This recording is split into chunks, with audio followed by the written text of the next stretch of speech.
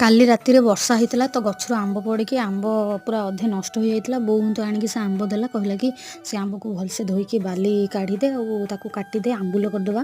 ତ ବୋଉ ତ କହିଦେଇକି ପଳେଇଲା, ମୁଁ ତା କଥା ମାନିକି ଲାଗିଗଲି କାମରେ। ତ ଆମ୍ବକୁ ଭଲସେ ଫାଷ୍ଟ ଧୋଇଦେଲି, ତାପରେ ତାକୁ କାଟିବା କାମରେ ଲାଗି ପଡ଼ିଲି।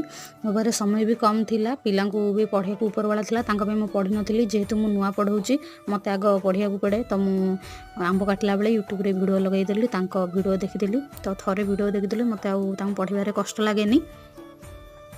ବୋଉ ଉପରବେଳା ଆଣିକି ବାରିରୁ ଶାଗ ଦେଲା, କହିଲା ଶାଗ ଭାଜିଦେ, ଆମ ଘରେ ସପ୍ତାହ 7 ଦିନରୁ 5 ଦିନ ତ ନିହାତି ଶାଗ ହେବ। ତ ଶାଗକୁ ଭାଜିଦେଲି, ତାପରେ ଡାଲମା ବି ଛୁଙ୍କ କରିଦେଲି। ଉପରବେଳା ପିଲାଙ୍କୁ ପଢ଼େଇ ସାରିଲା ପରେ ଖୁସି ଘରକୁ ଯାଉଥିଲି, ପିଲା କହିଲେ କି ଦିଦି ଆମକୁ ବି ଭିଡ଼ିଓରେ ଆଣ। ପିଲାଙ୍କ ଟ୍ୟୁସନ୍ ସାରି ପିଲା ଘରକୁ ଯାଉଥିଲେ, ତାଙ୍କ ସହ ମୁଁ ବି ଯାଉଥିଲି। ସେମାନେ ବି ଟିକେ ଭିଡ଼ିଓରେ କହିଲେ କି ଦିଦି କ୍ୟାମେରାଟା ବି ଆମ ଆଡ଼କୁ କର, ତ ତାଙ୍କର ବି ମୁଁ ଟିକେ ଭିଡ଼ିଓ କରିଦେଲି। ତାପରେ ସେମାନେ ଘରକୁ ଗଲେ, ମୁଁ ବି ଆସିଲି। ରାଧେ ରାଧେ।